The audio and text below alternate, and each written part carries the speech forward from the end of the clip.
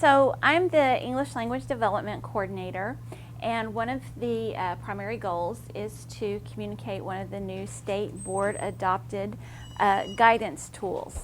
And the guidance tool is for districts, school campuses, and classroom teachers. And this presentation is specifically for teachers. And it's talking about paving the way for English learners and exactly what the California English Language Roadmap means to instructors. So the California English Language Roadmap is a guide. It is not policy or practice.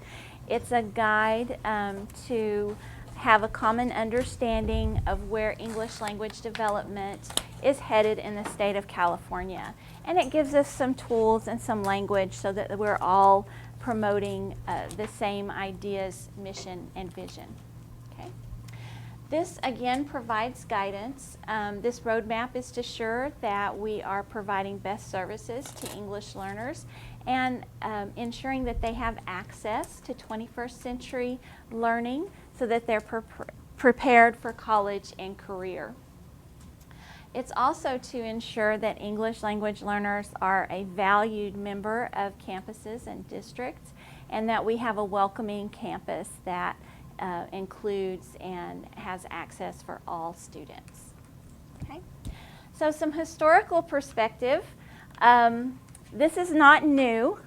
We started our English language learner journey in our school systems with a lawsuit in 1974, Lau versus Nichols. This brought about the Bilingual Bicultural Act, and it was an era of building programs and practices to support our English learners in the classroom. We then had an implementation dip in the 90s. There was a movement called the English Only movement. And in 1988, Proposition 227 was adopted, and it put a lot of barriers in place for English learners to access grade level content curriculum. And then we had the joyous No Child Left Behind, where we were very interested in scripting curriculum. And in 2010, we adopted California Common Core standards. And in 2014, we adopted the California English Language Arts and ELD framework. And so that was adopted. Even though that was many years ago, we're still building our skill sets and providing educational opportunities and equity and access for English learners.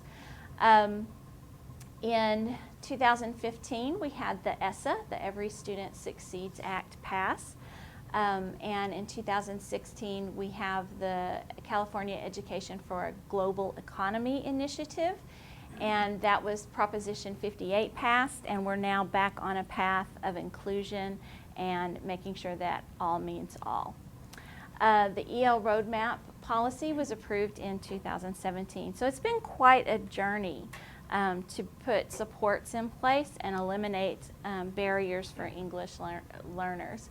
And we're still on this journey together.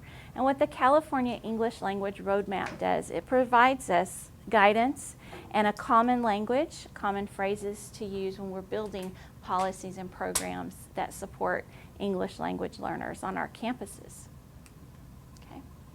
So the vision, this is a lengthy vision statement in Merced County Office of Education. Ours is nurture, serve, and lead.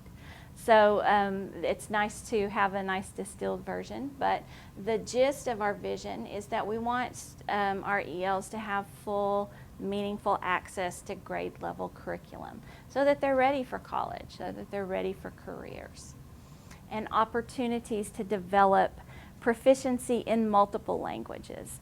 We are not a monolingual culture. We are a multilingual culture. And we need to make sure that our students have the skill sets that they need to navigate a global economy. Our mission statement, we want to make sure that our students graduate with linguistic, academic, social skills and competencies that they require for college and career. This is a very diverse, multilingual, multicultural world, and our economies are not isolated to just our gross national products. In order to survive in these economies, you have to have a global perspective. And since California is the 5th largest economy in the world, we have an investment to make sure that our students can compete with global competitors. Okay? So there are 4 principles to the English Learner's Roadmap, and Principle 2 is what we're focusing on today, and that is intellectual quality of instruction and meaningful access. And what's exciting about guided language acquisition and design is it's mentioned several times in the resources materials that the California English Language Learner Roadmap provides. And we'll be looking at some of those in a little bit. But today we're focusing on the quality of instruction and meaningful access. Okay. The principles have elements that make up the actionable steps that we can take toward achieving that principle. So they just don't say this is an intellectual quality of instruction priority. They give us the steps we need to follow to achieve that. Okay. So I want to talk a little bit about reclassification. It's really important that all stakeholders are involved with the reclassification process, and that's the teachers, the families, and the students, as well as the clerical support that we have in our schools, because this should be an ongoing focus throughout the year. To be reclassified, and that means that you are reclassified as fluent in English and that you can participate in an academic class without scaffolds like an English-only student. So that's our goal. We want to create that biliteracy. One of the criteria is a score of 4 on the LPAC. And what's exciting about that 4 is it's also a predictor for how the student will perform on the ELA CASP. The equivalency of a 4 on an LPAC, not necessarily equivalency, but that student should have the skill sets to have a level 2 on the CASP. So that's pretty exciting that there's now a direct connection and correlation in the assessments. Next, the student usually, and again, this is a local decision, so it may be a little different depending on what campus you're at, but the grade equivalency of a C or better in ELA.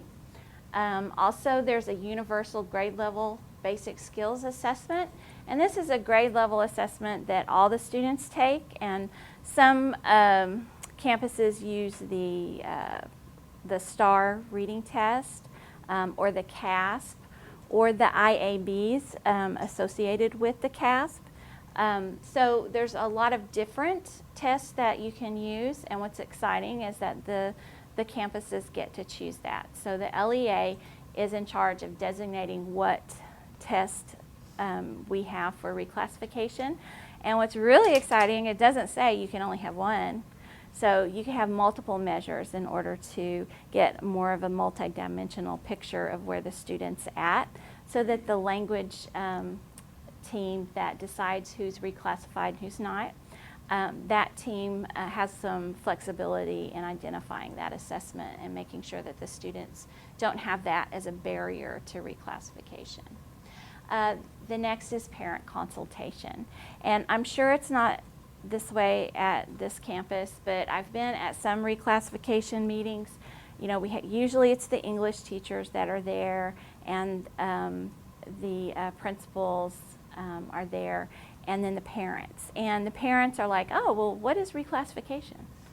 Well, this student usually has worked toward that for 4 to 5 years, so we need to make sure that we're communicating to our parents what reclassification is, so that we're all working toward the same goal. So we don't want to have an investment of 5 or 7 years by a student in this process and their families not be aware of what this process is. Okay?